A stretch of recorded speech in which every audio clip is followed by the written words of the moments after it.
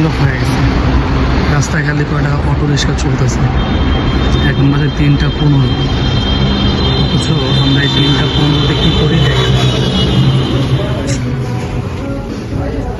এই যে আমাদের অফিস, 3:15 বাজে, দেখেন অফিসের কি অবস্থা। এই যে দুইজন অসহায় ব্যক্তি, রাত 3:13 বাজে। এই যে আমাদের মেহেদি ভাই, খুব প্রেশার আছে। মেহেদি ভাই অনেক প্রেশারে আছেন।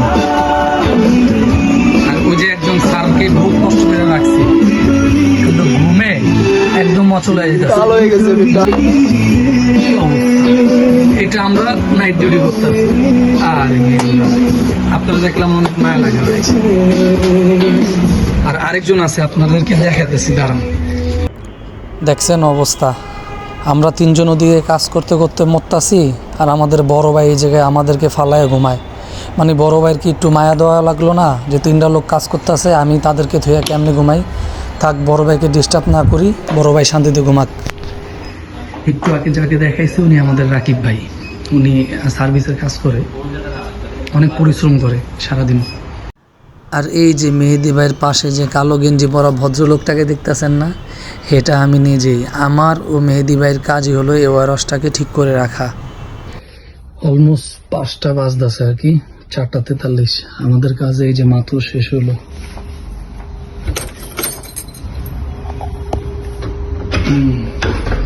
চারজনই ঘুমাইতে গেছে। এই যে আমাদের মেহেদি ভাই, উনি কাজ শেষ করে ঘুমিয়ে গেছে, ঘুমাইতেছে শান্তিতে। ভাই লাইটটা অফ করে দেবো? লাইটটা অফ করে দিলাম, বন্ধ করে দিই সব লাইট। এটা আমার ওয়ার হাউস। কয়টা বাজে? 4:42। ওয়ার হাউসের লাইটটা জ্বালানো, লাইটটা একটু বন্ধ করতে হইব। বন্ধ করে দিলাম, বন্ধ করে দিলাম। বাস, পুরো অফিস অন্ধকার।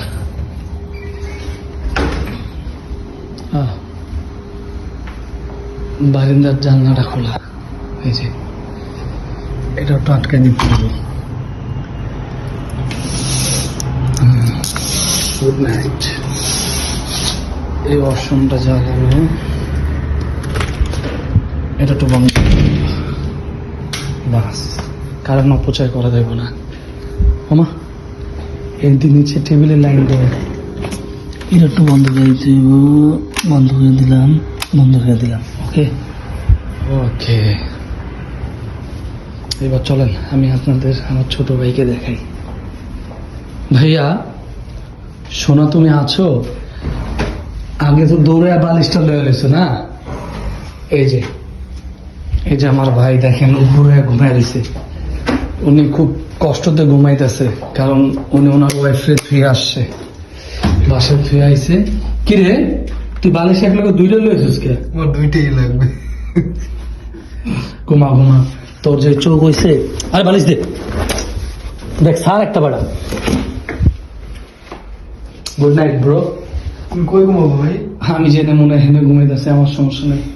একসাথে ঘুমাবো। ওকে, আল্লাহ হাফেজ, গুড নাইট। ভাই